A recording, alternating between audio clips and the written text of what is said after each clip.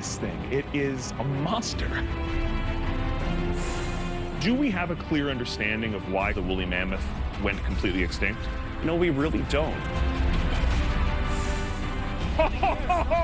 Look at this! This is a huge bone. Excellent. Nice preservation.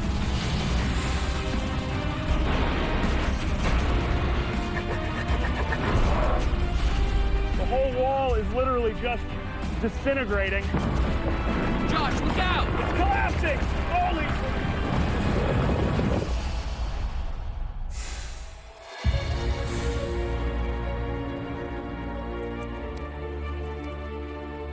The woolly mammoth was the king of the Ice Age and the largest mammal ever to walk the Earth. For millions of years, they dominated the planet, from Asia to Europe to North America.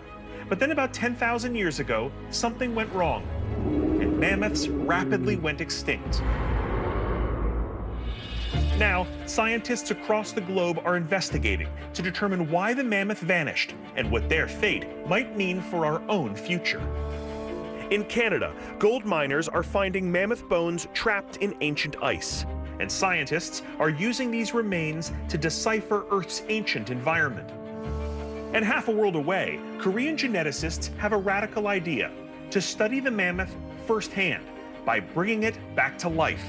In a real-world version of Jurassic Park, they plan to clone the mammoth and return the species from the grave. But to pull it off, they'll need DNA trapped deep in the ice at the northern reaches of the planet. I'm embarking on a quest to find the smallest fragments of life to restore the largest of beasts. The fate of the woolly mammoth isn't just ancient history. It's a puzzle that may have huge implications for humanity. So bundle up, because we're headed north to unlock the mysteries of the mammoth.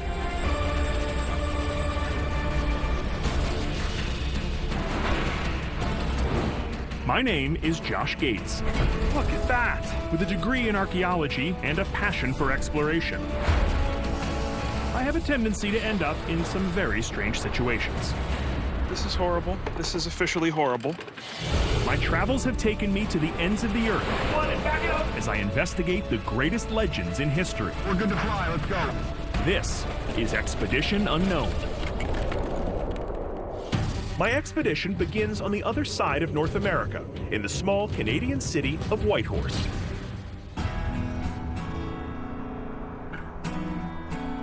Welcome to the Yukon. It's one of the most naturally stunning places in the world, but it's also one of the most sparsely populated, so very few people are around to appreciate it. Tens of thousands of years ago, this area was teeming with woolly mammoth. To learn what happened to them, I'm headed to the Yukon Beringia Interpretive Center, a scientific shrine to the Ice Age. Dr. Grant Zazula is the chief paleontologist and is going to give me a crash course in Mammoth 101. So here we are. This is our main exhibit gallery, and this is our woolly mammoth. Wow, unbelievable. Yeah, so it's probably a large adult male. You can tell it's a male because it's got these giant curved tusks like that. I mean, look at this thing. It is a monster. Yeah, they're, about 11 feet tall at the shoulder, 6 tons in weight. It's a large animal. It's incredible. Yeah. Meet the master of all mammals. First appearing 2.5 million years ago, these beasts weighed up to 6 tons, with large dome-shaped heads and lethal 12-foot-long tusks. So I see a lot of other dangerous-looking skeletons mounted here. So who are the mammoth's cohorts? There's Ice Age horses, there's ground sloths, and camels, and saber-toothed cats. These guys. Huge cats with these giant fangs that could just rip into a woolly mammoth if it wanted to. To say nothing of the most dangerous animal of all, people. Yeah, right? Of course. These are woolly mammoths lived alongside people for hundreds of thousands of years in Europe and Asia. We know that people were hunting them because we find bones of woolly mammoths at archaeological sites. We also see the paintings of woolly mammoths in the caves in Europe dating to the Ice Age. So we know that people had a relationship with woolly mammoths. In fact, mammoths were so resilient, the very last ones died out only 4,000 years ago. That means while the pyramids were being constructed in Egypt, people in the Arctic were still running into these prehistoric behemoths. Do we have a clear understanding of why something as hardy and huge as the woolly mammoth went completely extinct? You know, we really don't. It could have been climate change that caused a lot of stress on these populations, and then people were obviously hunting these animals too. Or maybe it was disease. But you don't know yet. We still don't have a clear understanding of what actually drove these animal populations into extinction.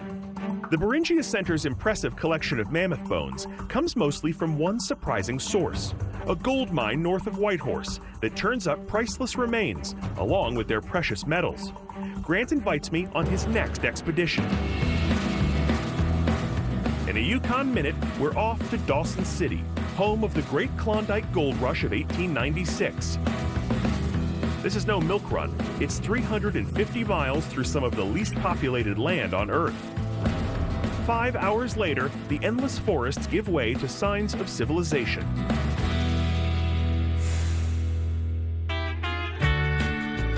Dawson City was the Yukon's first capital, and shortly after the 1896 gold strike, it exploded into a frontier city of 40,000 people. Today, it's down to 1,300, but gold mining is still an active industry. Smack in the middle of Dawson City is the historic downtown hotel. While Grant parks, I walk into what feels like Westworld and the sounds of an old-timey piano.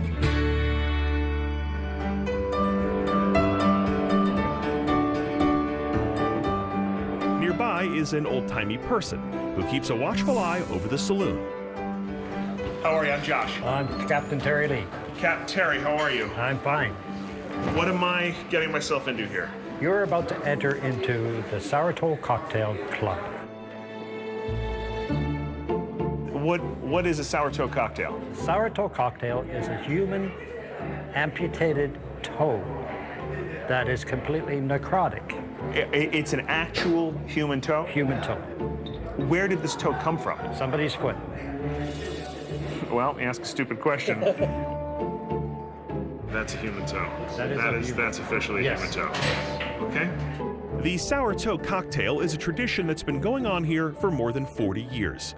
Local residents donate their little piggies, and idiots like me belly up to the bar for the ultimate in bespoke cocktails. All right, well, when in Rome. You can drink it fast. You can drink it slow. But your lips must touch this gnarly toe. Just your lips, Josh. It's up to you. To your health. Plancha.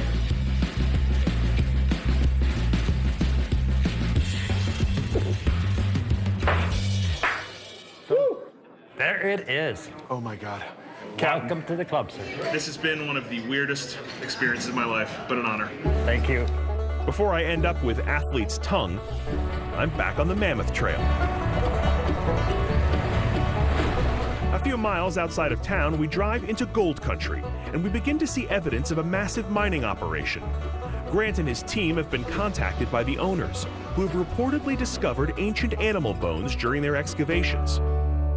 This is it. Frozen mud. Smells like mammoths to me. Let's check it out. Let's go.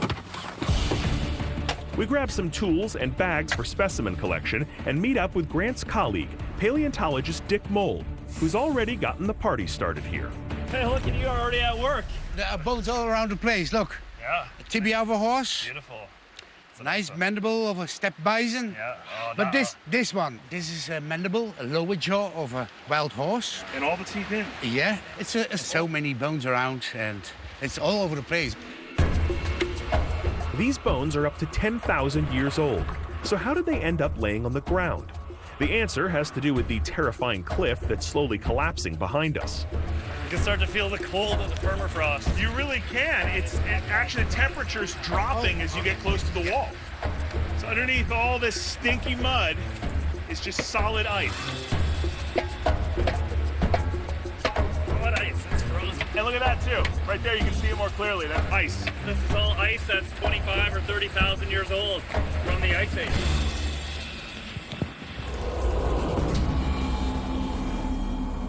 We begin to walk up to the main mine, and everywhere we look, we find Ice Age remains from animals that lived alongside the mammoth. It's hard not to notice that the hillside is drenched by a rushing stream. And as we trudge through it, we make another discovery. Canadian gold miner Guy Favron. How's it going, man? Good. Josh. Guy, nice Yeah, nice to meet you. Guy's the owner of this mine. He's been working here for generations out in the Klondike and finding gold and helping us find bones as well. Anytime we're in the frozen black mud, it's a recipe for bones. Where is all this water coming from? We don protective gear, and Guy leads us to the source of the stream, which isn't exactly a natural spring. This is incredible.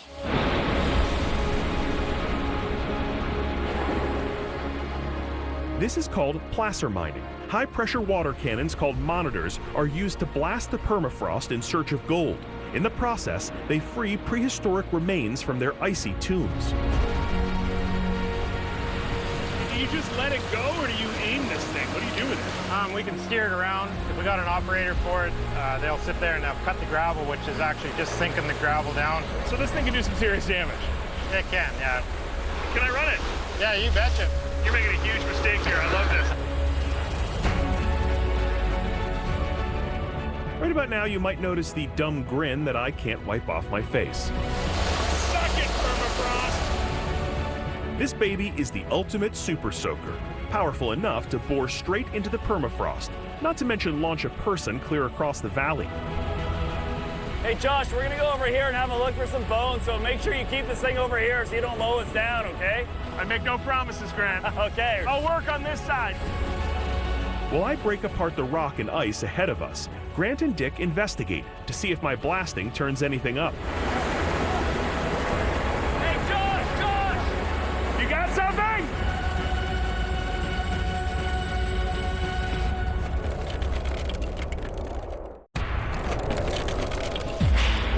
I'm on a hunt for the largest mammal that ever walked the earth, the woolly mammoth. Here in the Canadian Yukon, scientists are working with gold miners to solve the mystery of why it vanished by hunting for ancient remains using ice-shattering water cannons. And it looks like we just hit something. Hey Josh! Hey, hey! Stop that! We got something over here! We got something big!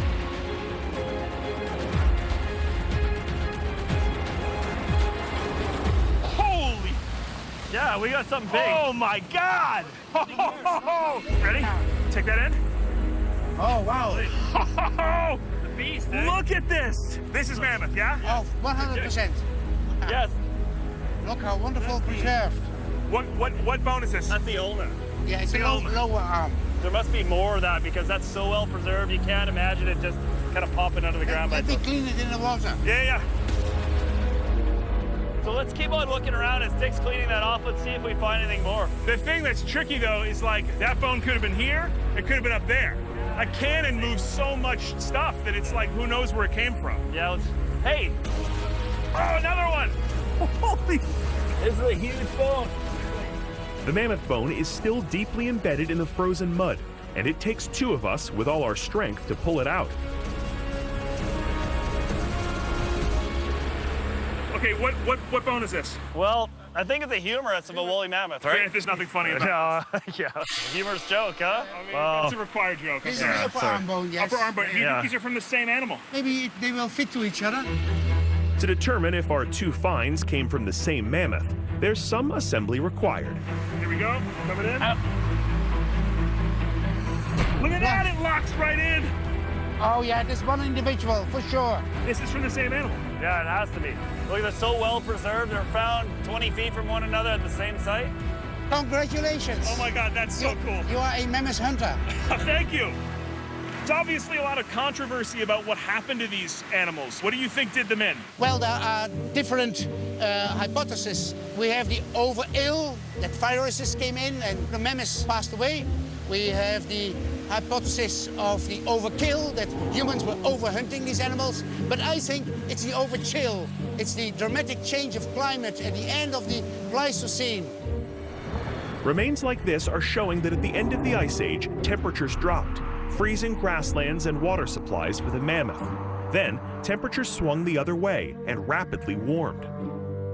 When you have higher temperatures, a greater ocean surface means more evaporation. Right. And then finally this mammoth steppe disappeared. Once you have habitat loss and you have human invasion into natural landscapes, animals will die.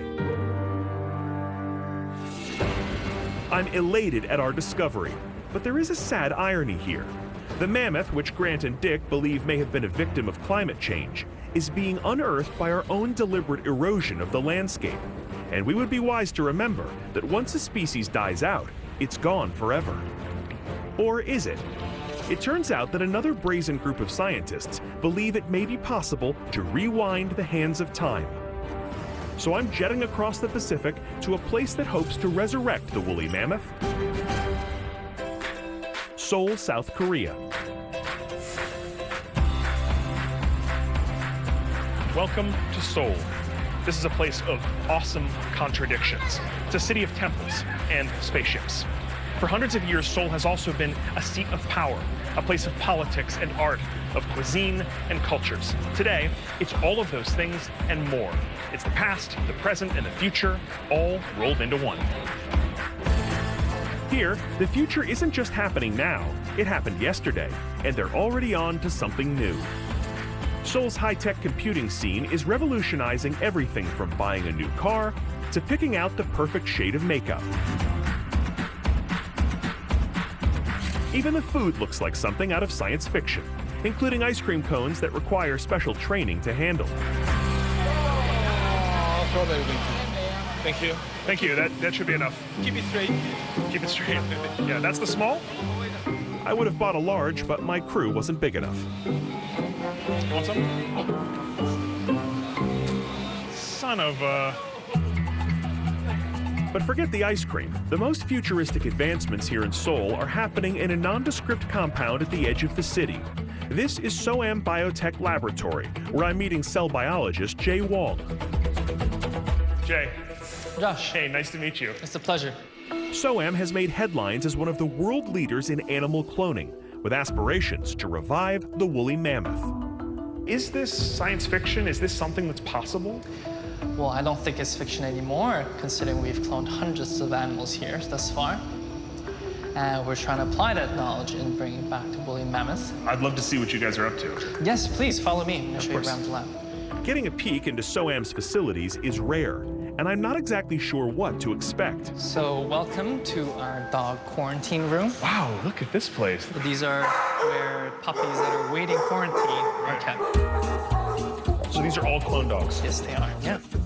Okay, so it is about 1,000 times more adorable in here than I ever expected. To date, SOAM has cloned over 600 dogs. But second lives aren't cheap. The cost of a rerun of your favorite pet? A mere $100,000. Are they all just for pets, for personal ownership? Some have a different purpose behind their birth, in which we clone dogs that had a very good career in helping people. SOAM has cloned some of the world's best seeing eye and search and rescue dogs, including Tracker, who pulled the last survivor out of the wreckage of the Twin Towers on 9/11. When I think of cloning, I never really thought about that. You know, taking dogs that have a real skill set and trying to foster that and to pass it on. That's really cool. Jay tells me they've also cloned cows, pigs, deer, and even wolves. You wonder where this stops. And where do you keep the velociraptors? On a separate floor? Upstairs. It's highly confidential. Highly classified. I understand. I understand. You don't have to talk about it now. SOAM even combines material from different animals to study gene expression, like the glow-in-the-dark nails on this pooch, courtesy of jellyfish DNA. Now I'm gonna take you into our clean facility. I'm afraid we're gonna have to change suits. Wow. We're trying to keep this place as clean as possible. To see the inner sanctum of the lab, Jay and I suit up for a sterile environment. Ready? Ready. Okay. We pass through an airlock that blows any remaining foreign particles off our bodies and head into the heart of the operation. And it just so happens I picked a special day to visit the lab. Jay leads me into a delivery room where a team of geneticists and vets are about to attempt the delivery of a cloned puppy. Leading up the operation is Dr. Hwang Woo-suk, the mastermind of SOAM and the world's leading animal cloning expert. In terms of the Mammoth Project, is it the same basic process that we're seeing here? Yes, in theory, we will be applying the same principles into cloning the mammoth as well. This is bigger than just a puppy. As he begins the surgery, it feels like I'm watching the future itself being born.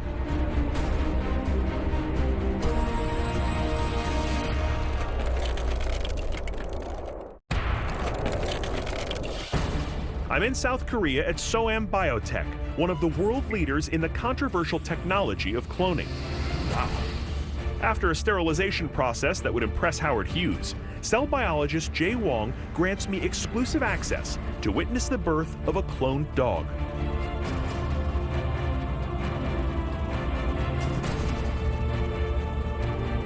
Oh my God. Wow. Honestly, this is nothing like I expected. Cloning is a cold word, but once the egg is inserted, the entire pregnancy is totally natural, and the results, real, precious life. But what about Soam's most ambitious project, cloning the currently extinct woolly mammoth?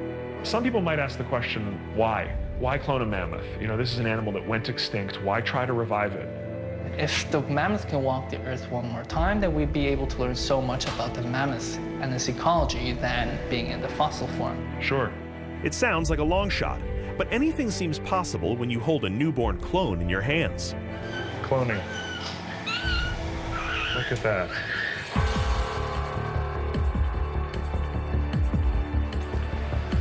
So this room is purposely kept dark.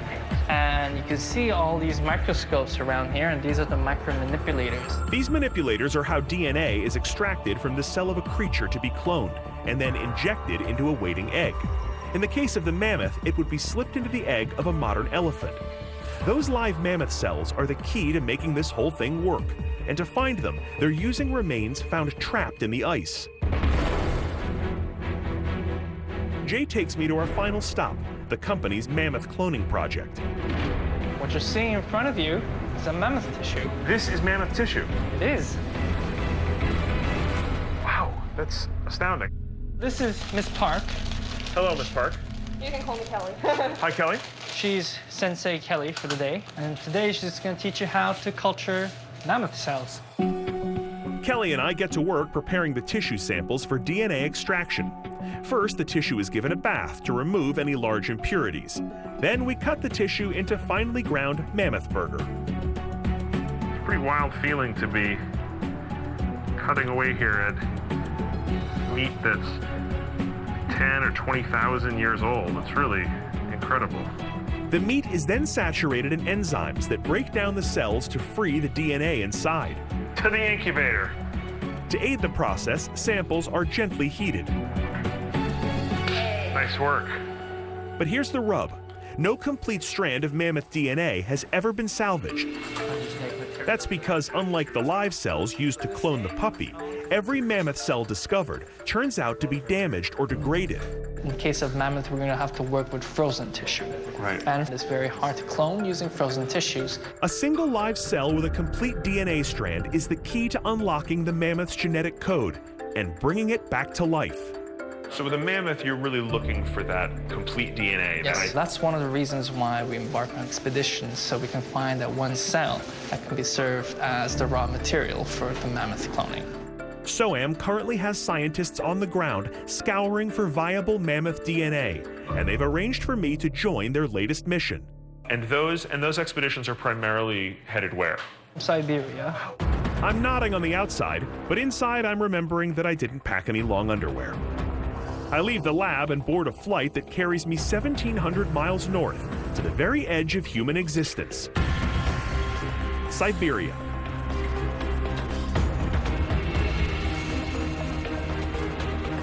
In a place this vast, even the rental cars are bigger. Welcome to Siberia. 5 million square miles of tundra, permafrost, swamps, and forests.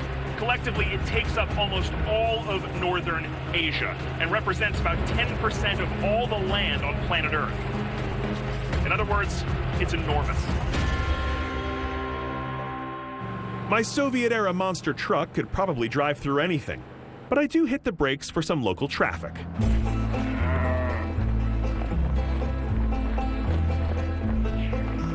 Come on. Come on. God, I feel like they don't respect that I could run them over with this thing.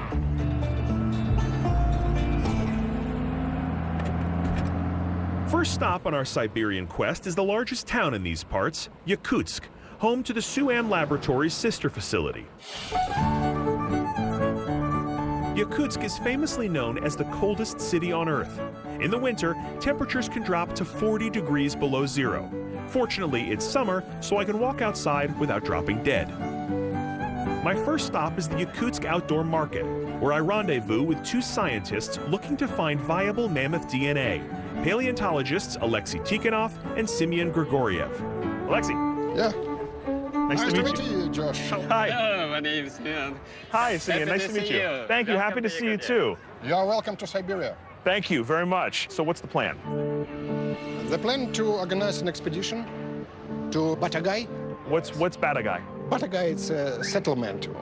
It's around 400 miles from here to the north. Wow. Near the Yes. Arctic Circle. Inside already, Arctic Circle, yes. Wow.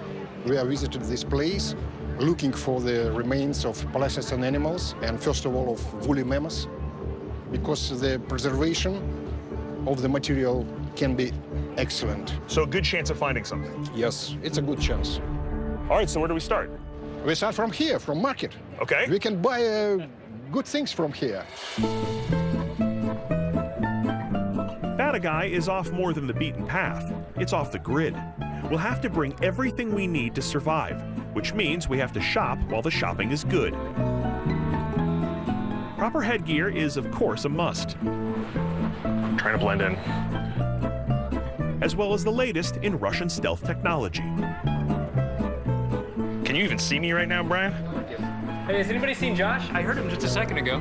He was literally just right here. Guys, I'm right here. I'll tell you one thing, this stuff works.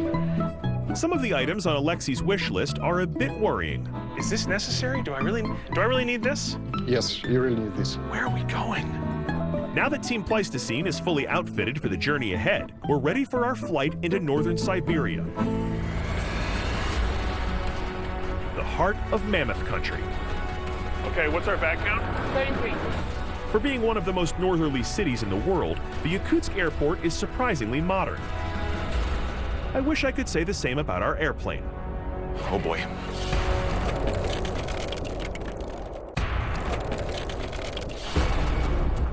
I'm on my way to the town of Batagai in northern Siberia with a team of paleontologists hoping to clone the long-extinct woolly mammoth. To get the DNA they need, though, we have to pack into an airplane only slightly younger than the mammoth we're hunting. Welcome aboard the Antonov AN-26. On this bucket of bolts, navigation is done entirely by hand. Weird pieces of machinery are bolted to the cabin ceiling. The lavatory is, just forget it. And the luggage compartment, it's conveniently located right behind us.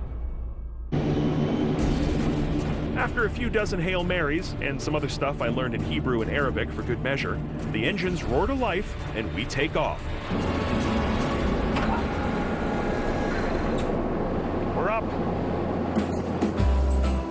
In case you're wondering, there is meal service on the flight. Спасибо.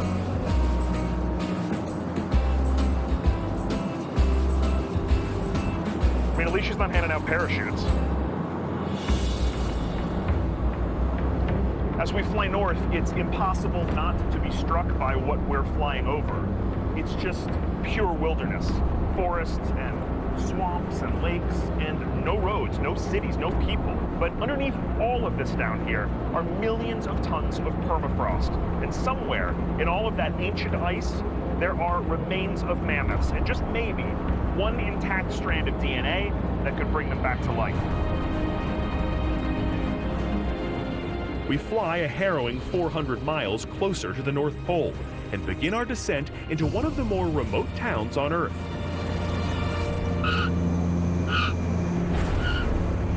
Batagai, here we come. Once we touch down, we quickly offload our gear in a waiting convoy and drive off in search of mammoth DNA. Okay, here we go.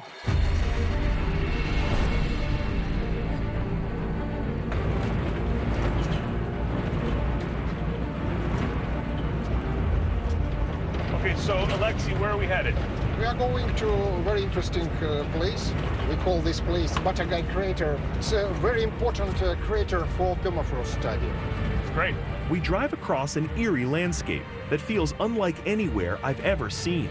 It's a long, bumpy slog down a mud track, and eventually, the ground becomes too soft to continue driving.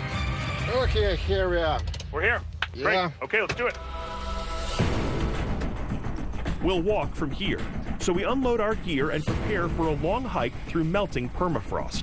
Since nothing destroys DNA faster than heat, the most important thing in our kit is a cooler lined with dry ice to preserve any frozen specimens we might discover.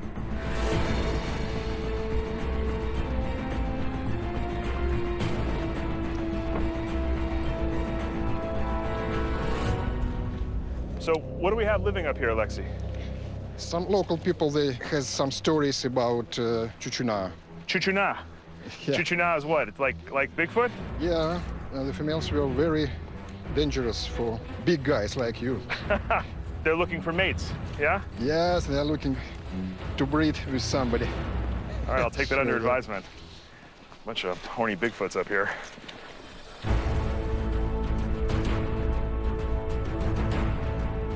With our eyes peeled for the one Bigfoot you really don't want to find, our group finally approaches the northern rim of the Batagai Crater. And it is truly the edge of the world. Welcome to Batagai Crater. Whoa.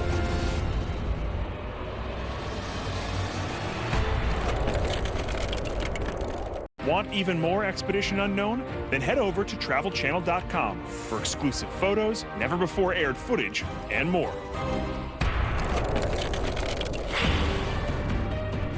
I'm in northern Siberia with a team of paleontologists looking for preserved remains of the woolly mammoth trapped in the permafrost.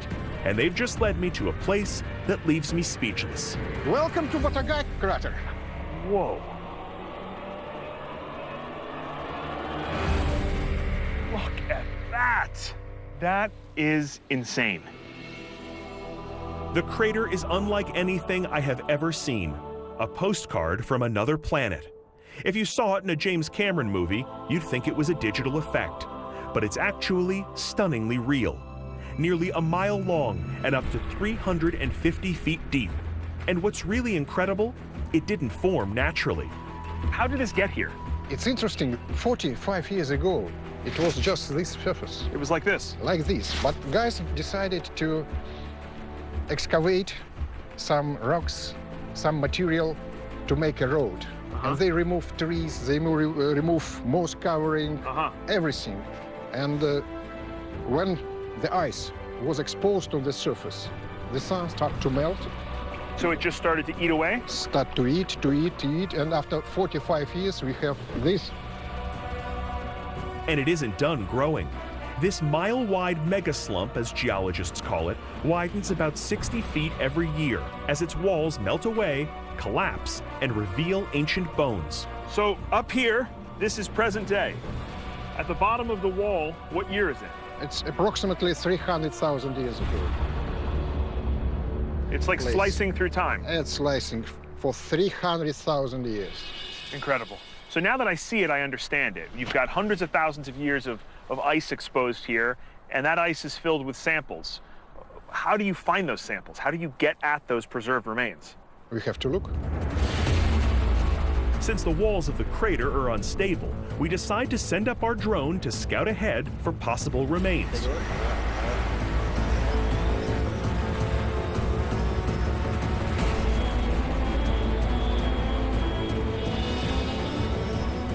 We look for outcroppings of bone that emerge from the melting curtain of permafrost.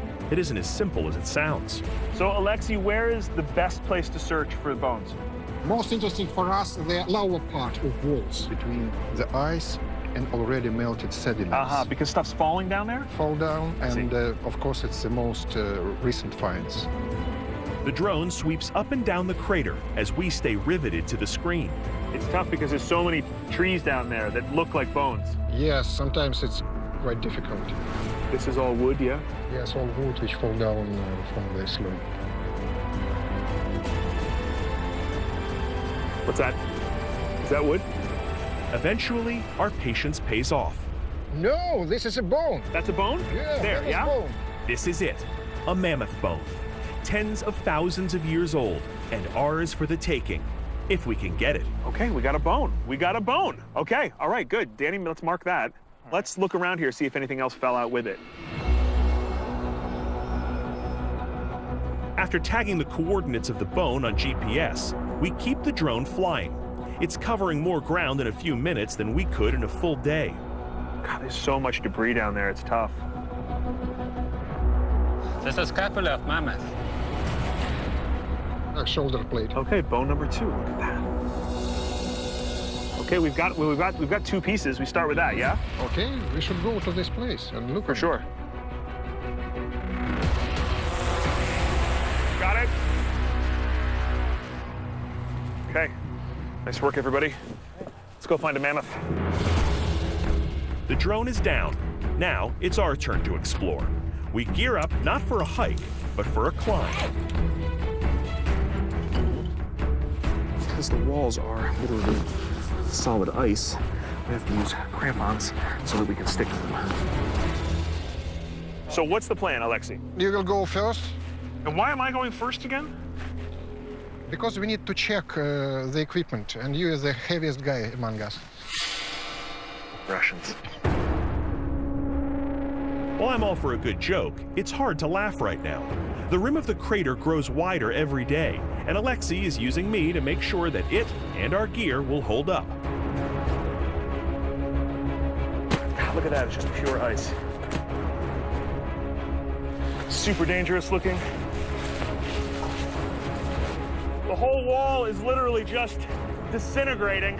You can see it just melting away. Everywhere I look, the muddy wall is carving off and plunging down to the crater floor. I just do my best to stay stuck to the ice. It's okay now. Try to be to the right, to the right. It's crazy. It's too difficult to rappel quickly, but I don't want to be up here for too long, since it fast becomes apparent that the ground beneath my crampons is something I definitely can't rely on. Josh, look out! It's collapsing! Holy!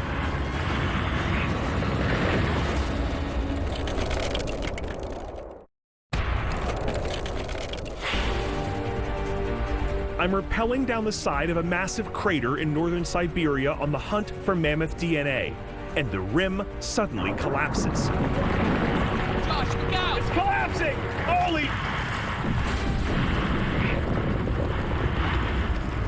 A huge section of the rim falls inches to the left of my rope, a stark reminder that the whole cliff could go at any moment. But a potential trove of mammoth DNA lies directly below me, so I keep going into the abyss.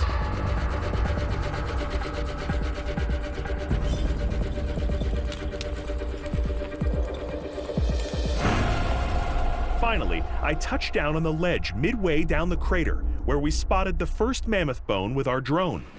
That was ill-advised. If anybody out there thinks that cutting down trees doesn't have an impact on the planet, that's what happened when they cut down the forest.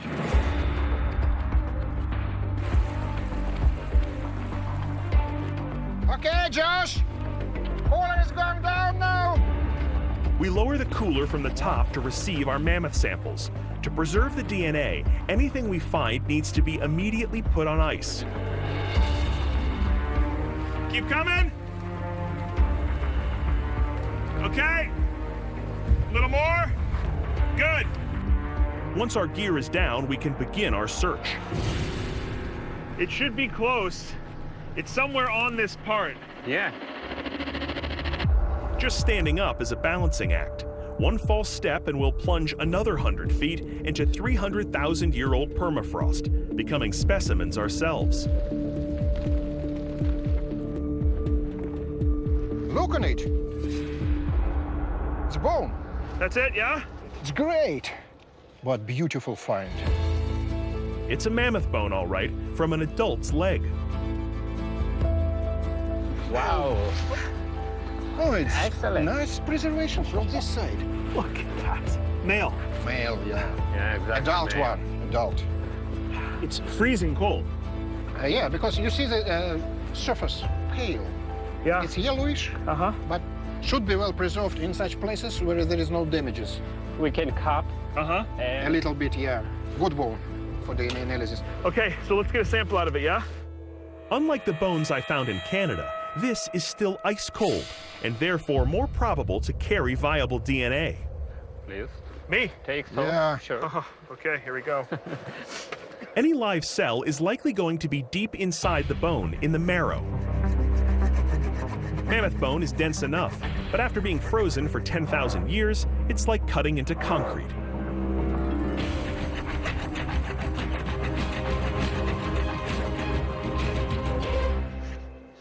It's the smell of fresh bone.